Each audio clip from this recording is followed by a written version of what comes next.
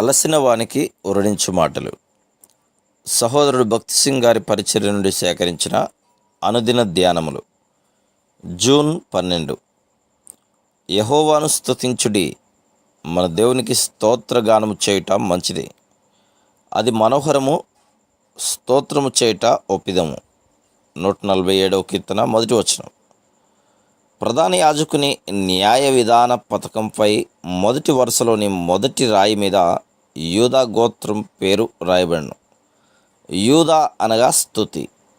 ఇశ్రాయేలు ప్రజలు తమ ప్రయాణం సాగించినప్పుడు ముందు యూదా గోత్రం వారుండి తక్కిన వారిని నడిపించవలను. మన జీవితములలో కూడా స్తుతి, ఆరాధన మొదటి స్థానం వహించవలను.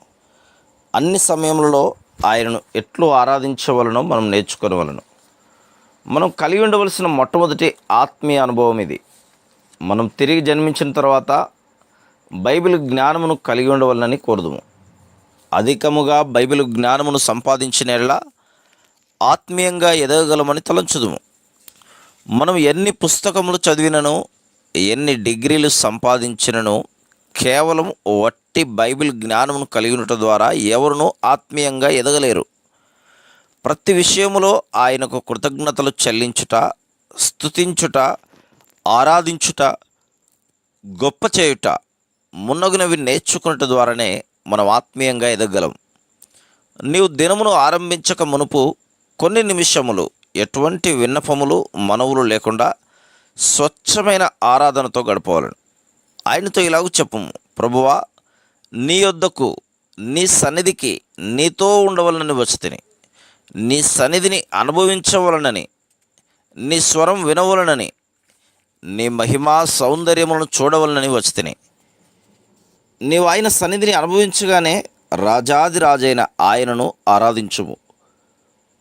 ఆయన దయ, కనికరము, ప్రేమ, కృపలను బట్టి ఆయనను స్తుతించుము.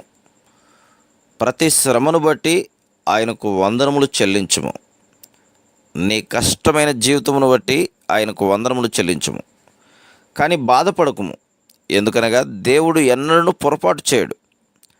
నీ జీవితంలో ఆయన ఏది అనుమతించునో ఒక ఉద్దేశంతోనే అనుమతించును. ప్రతి విషయంలోనూ దేవునికి కృతజ్ఞతాస్తుతులు చెల్లించవలను.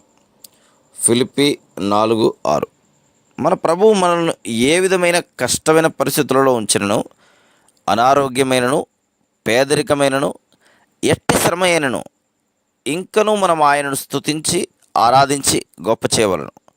ఎందుకనగా ఆయన ఒక ఉద్దేశంతోనే అన్ని పరిస్థితులను అనుమతించును.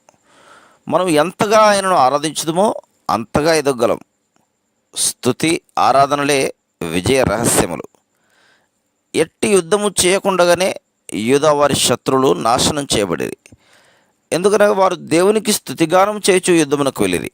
అదేవిధంగా మన జీవితంలోని అన్ని పరిస్థితులలో మనం ఆయనను ఏ విధంగా ఆరాధించి, హెచ్చించి, గొప్ప చేయుటకు తెలుసుకుందామో అప్పుడు శత్రువు మనకు వ్యతిరేకంగా చేసిన ప్రతి దాడిని మిక్కిలి సులభంగా వమ్ము చేయగలం.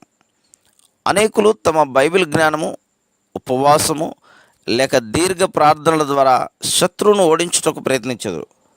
వారు అటువంటి సాధనములు ఉపయోగించడం ద్వారా శత్రువును ఓడించలేమని త్వరలోనే తెలుసుకుందరు మరియు తామే ఓడిపోదురు.